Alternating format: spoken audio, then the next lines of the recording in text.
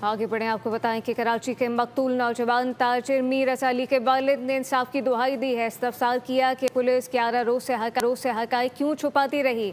उन्होंने मुतनब्बा किया कि मीर रज़ा के कत्ल में कोई एक शख्स नहीं बल्कि पूरा गैंग मुलव्विस हो सकता है।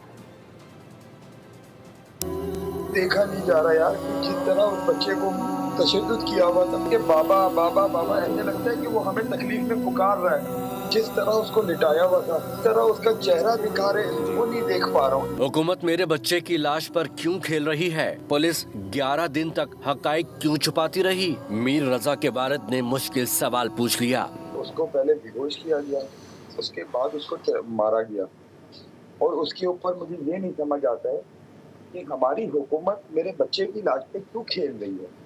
अगर हम कोई चीज उसके लिए कोई काम कर रहा है तो उसको क्यों रोक रही है?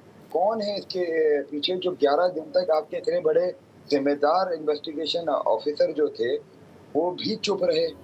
बोल न्यूज के प्लेटफॉर्म पर फूट फूट कर रो पड़े। कहा, कानों में बाबा की आवाज गूंजती है।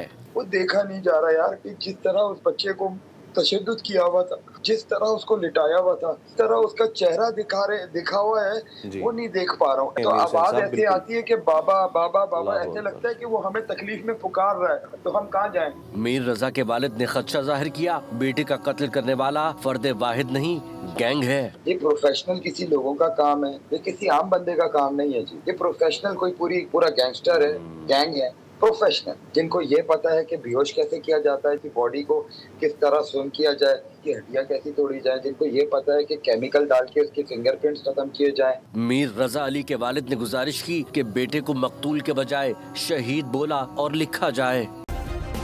सब्सक्राइब करें और बेल दबाएं ताकि कोई खबर रह न जाए।